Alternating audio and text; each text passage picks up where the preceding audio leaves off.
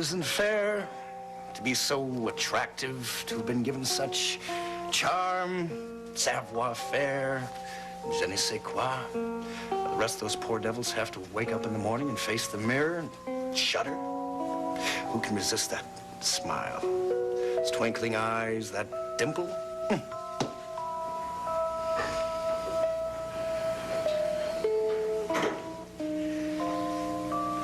Delia, when are you going to realize you're making so much trouble for yourself while I have at least had certain compensations?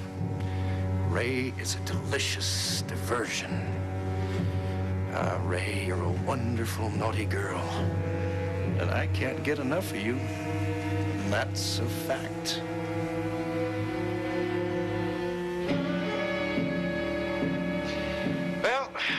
Time to feed that handsome face.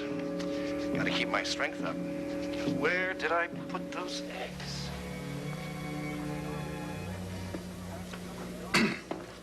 You know, I wouldn't mind trading places with this guy for a couple of days. I'm not so sure in the long run that there's much satisfaction in being a philanderer. No, but in the short run, it sounds like fun. Perhaps. Let me have the cassette transfer from yesterday's tapes.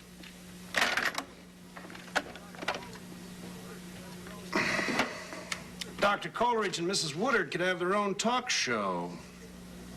Maybe we're giving them their big break. I do this for a living. I feel positively slimy.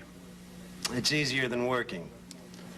You'll have that new information ready when Mr. Woodard wants it, right? I'll transfer it to a cassette this morning. You know, the only trouble with being Dr. Coleridge is that someday some jealous husband is going to take a shot at him. I'm sure that Mr. Woodard doesn't have a thought of that in his mind. Maybe not now, but after he hears this stuff. I'll be back later. Don't lose it. What? That's dynamite you're carrying. You don't have to remind me. I know it only too well.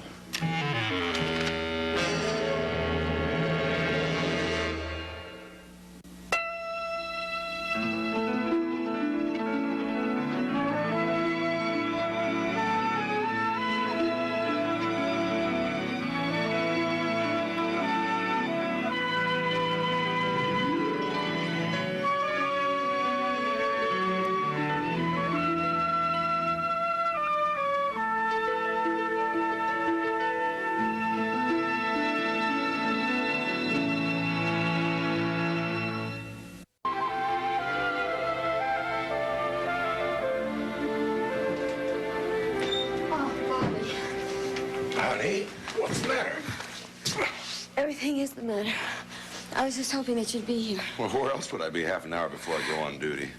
Sweetheart, are you all right? You're not getting sick again, are you? No. Where is everybody?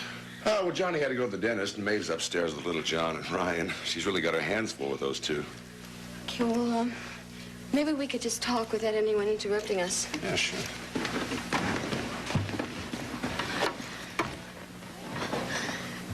Bobby, why is it that I have to try so hard, and I just can't seem to get the kind of life that I want? Well, honey, I'm not sure what you mean. I'm not talking about money, and I'm not talking about being famous. I'm not talking about having a purse full of credit cards. No? Look, if I wanted to have money, and I wanted to live in a big hotel, I could have run off with Roger when he asked me to, right? Honey, I don't like the idea of you and Roger, you know that. No, I didn't mean that. I didn't mean that. I'm glad I chose Pat. Do you understand how much I love him? All I want is for him to love me, and I just want to feel safe. Well, honey, you were right about the first part. He loves you. Sometimes. No, all the time. Are you worried about Faith again? No, it's something else. Well, what is it then? I don't know. See, I look at Pat, and he looks like he's so mad at me that he's about to explode. Now, that scares me. Well, honey, Pat's not the type of person to explode. No, well, he just hasn't been acting like himself. Maybe he's just tired. No. I mean, the strike is over, so he's home a lot more, and you think everything would be wonderful, but it isn't. Yeah, I know. I got that part of it. What I don't get is what the problem is. I'm not sure. I just know that something is wrong. Well, that's a little vague, too. Bobby, if I knew, then I wouldn't come over here and ask you to help me. I would do something about it myself. Okay, all right, look, let's start again. Now, can you give me a specific, for instance, something? Okay, all right. Last night, I started rearranging the furniture around in the living room because I thought the living room needed a new look. So he came into the house and he hated the whole thing. Well, people like things in their places. I know I do. Yeah, but Bobby, I was just trying it out. You see, I didn't put any nails in the furniture or anything like that. But he wouldn't deal with it. He wouldn't talk to me about the furniture. He wouldn't move the furniture. I mean, he didn't want to be with me. And then I looked at him and his hands were shaking. His hands were shaking. Yeah. Bobby, I'm scared, okay? Did you ever have that scary feeling inside that everything terrible was going to happen and it was going to happen to you? You mean like tornadoes, earthquakes, stuff like that? No. No, I'm scared that Patty's going to run off and I'm going to be left alone and the Ryans are going to put me out on the street. I'm not going to be able to get work. And you know what I'll become? I'll become an old shopping bag lady. Honey, are you okay? Yeah. I don't know. I guess I'm just scared. All right, now tell me about the furniture. What happened with the furniture? Okay. All right, he just sat there for a while, doing nothing. So I thought, well, maybe I should say that I was sorry, and I did, because I didn't want to bother him with any of this. And then, I think he took an aspirin then, and he got very quiet. And I just kind of felt like he wasn't there. Bobby, I just felt lost, and I felt unimportant. Strangest thing is, all of a sudden, he just came back to me. He came back to you? Yeah, he just perked right up, and he smiled at me, and he said he was sorry for being so mean to me. And then he said, well, forget about the furniture, and he said, let's just go to dinner. Well, that doesn't sound so bad. Okay, well, before we went to dinner, we came right over here. And Faith and Tom were here. And then we went for dinner. Bobby, we got back to the house. He starts moving the furniture back, and he's laughing, and he's smiling, he's making jokes, he's singing. And then the next thing I know, he goes into the bedroom, and he's sound asleep. Bobby, he didn't even say goodnight to me. I mean, that's strange. Maybe he just ran out of gas, honey. No, Bobby, that isn't it. 1 minute, he's with me, so I feel happy and I feel safe. Bobby, the next minute, I don't know, he's got this funny look on his face, and I just get afraid. You told Johnny and Maeve? No, wait a minute. You have to promise me you are not to tell him, because they're going to blame the whole thing on me. I know that. Oh, Bobby, would you just promise me, please? Okay. Maybe you could just talk to him, you know, try to find out what's going on. Well, yeah, well, sure, but I gotta have a chance first. Well, I think you've got your chance. Here he is. Hey, Pat? What's the matter? Aren't you gonna say hello?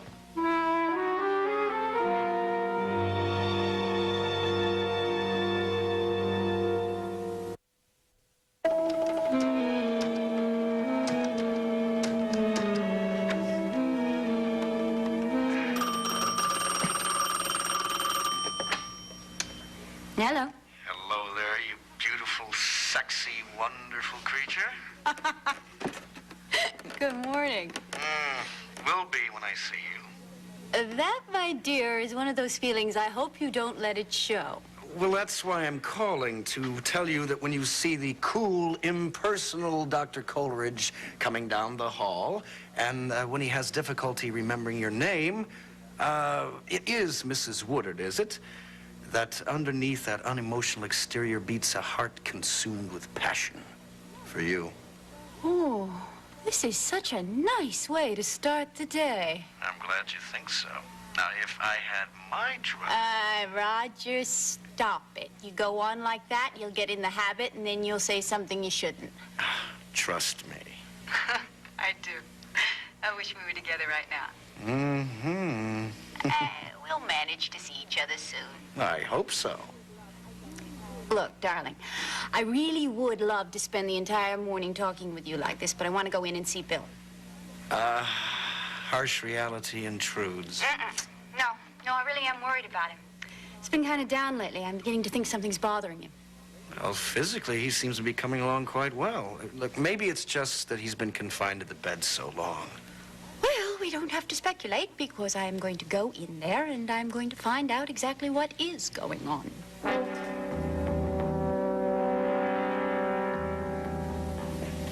Is that it? Yes, sir. Well, nurse is out of the room. I suppose as good a time as any to play it. I realize that you must listen to it, but may I say I wish it weren't necessary. Then you've heard it. While it was being transferred from reel to cassette. I hope you feel I wasn't intruding. Not under the circumstances. Well? Well, in my opinion, the relationship that exists between Mrs. Woodard and Dr. Coleridge is essentially harmless, though of a definitely physical nature.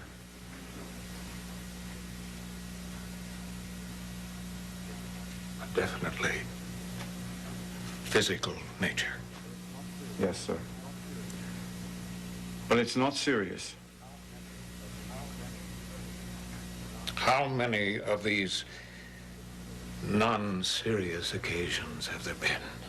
Well, I couldn't say, sir, several anyway, but what really concerns me is more important than what happened is the idea of you listening to these tapes in your condition. Afraid I'll have another heart attack?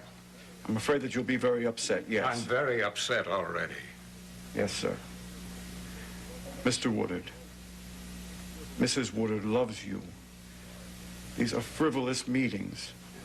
Royal, put the cassette on. It's not necessary for you to listen to the whole thing. After a few minutes, it tends to become repetitious. I'm going to hear every word. I want to know the truth. Very well. Are you ready for company? I'm ready for anything. But what do you think? Darling, I didn't realize you were going to feed me, too. Good morning. How's the most wonderful man in the world? Hello, Ray. Did you have a good breakfast? Well, how are you anyway? So-so. Wow, that's not nearly good enough. There's a very long face. Is something wrong?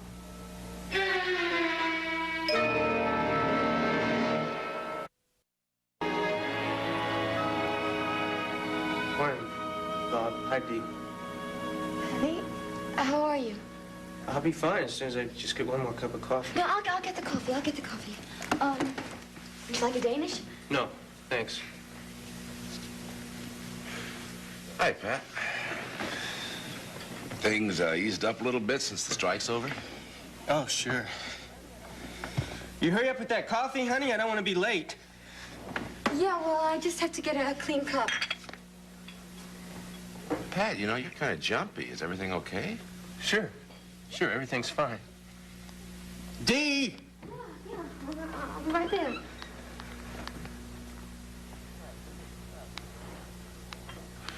Pat, we've been friends for a long time. I think maybe since you were a kid in, oh, I don't know, 3rd or 4th grade. About right? Yeah, that's about right. Okay, here we are. Thanks. That's better. Yeah, and now we're brothers-in-laws, and between being friends for so long and brothers-in-laws, I think I have the right to ask you some certain questions, don't I? I'm not much in the mood for questions. Well, that's what I want to ask you about, Pat. It's this mood you're in. I guess you've been talking to him, huh? No, I didn't say anything bad at all. I was just a little worried about you, I that's don't all. see why you had to do that. I'm sorry. Pat, come on. She's just worried about you. She loves you. What I need right now is for people to just leave me alone. I just need to be left alone. Pat, what's with the hand? It's trembling. Haven't you ever seen a shaky hand before? No, I haven't. Not on you. Now, what in the hell is going on? What is going on is that nobody in this family seems to be willing to mind their own business. Honey, I was worried about you. Now, you're saying that I shouldn't have told my brother, right? No, go tell your brother. Tell my family. Go shout it out in the street. I'm worried about Patty. He's not taking care of me anymore. No. I didn't say anything like that. That's what you meant. Hey, can we talk about it just a little bit quieter? No, because we're not going to talk about it at all. What is this? You pulling rank on me or something? What? It's just because you're older than me and you're Delia's brother doesn't give you any right to come poking around in my business. Oh, Pat, come on. I'm not poking around in your business. I just want to see if I can help you a little bit. Yeah, well, who asked for help? Did I ask you for help? No. Well, then, where the hell do you get off butting around when you're not invited? Next time, wait till you're asked. Gotta go to work.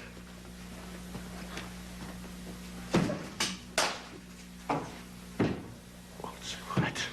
I didn't think I was going to start all that.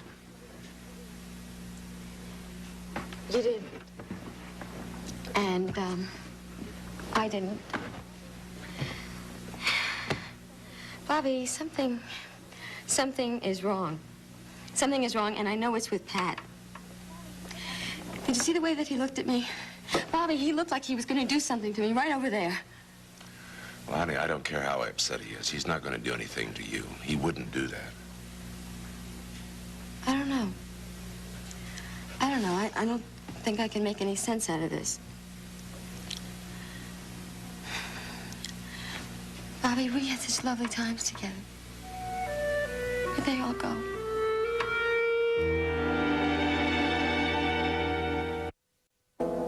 Wrong? What could be wrong other than the fact that I've been lying in this damn hospital bed a damn sight longer than I like to?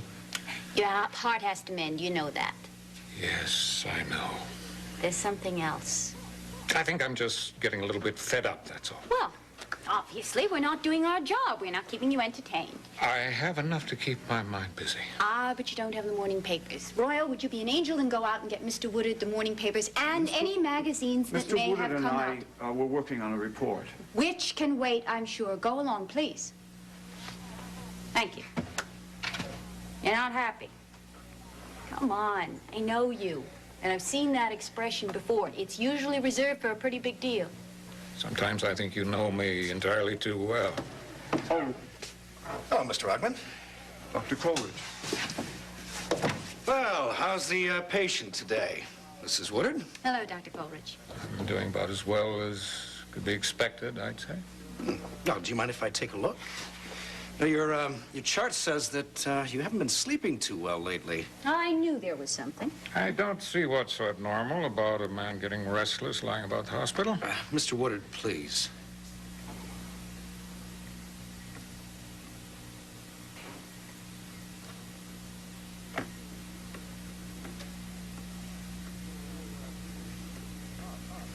Your pulse is a little up.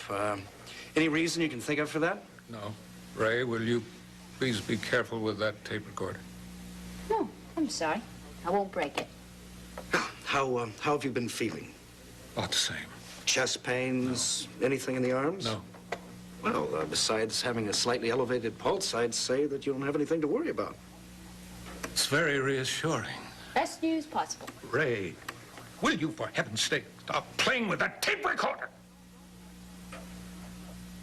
I'm sorry. Look, darling, I'll put it right over here where nobody can damage it. Mr. Woodard, is something bothering you? You really have to guard against any sort of emotional upset. I'm sorry. I guess I'm jealous of my possessions. I don't like to see anything happen to them. Of course not. Well, it's perfectly safe. Now, Bill... I haven't slept very well last night, I'm afraid. I've been worrying about a report that was coming in. Well, isn't it something I can help with? I have it under control now, Ray. Are you sure? I think so. What I want to do now is finish listening to the cassette and then get some sleep. Well, talk about being hit on the head with a shovel. I think we've just been asked to leave. Actually, Dr. Coleridge, you might do me a favor. I know that Ray hasn't eaten. Now, if you're through with me and you have a little time, perhaps you'd take her downstairs and see that she has something to eat. Bill, that isn't necessary. Well, actually, it would be a pleasure to have breakfast with Mrs. Woodard, but I'm afraid I couldn't get away just now. Oh. Thanks, anyway. We'll let you have some privacy if that's what you want. For a while. Well, shall I send in the nurse? She's... Not right at this moment.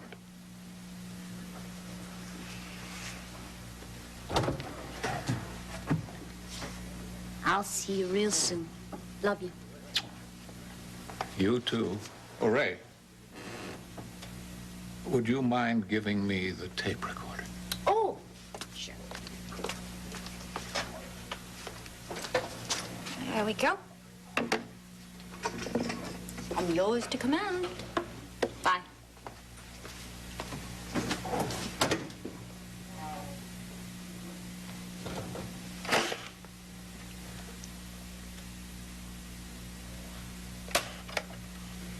I am, as always, eager to please.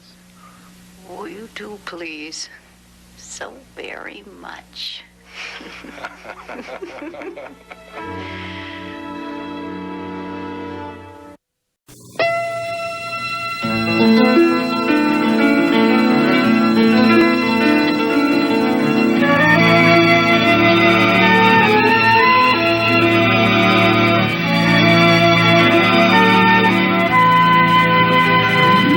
It all started when Alexis married Blake and had 2 kids, Stephen and Fallon. Oh, wait, there was also Adam. He was kidnapped at birth. Then later, Amanda makes herself known. See, when Alexis left Blake, she was pregnant. Amanda was raised by the nanny, not the one from Flushing, the one who was with the professor. Get the full story on Dynasty weekdays at 4.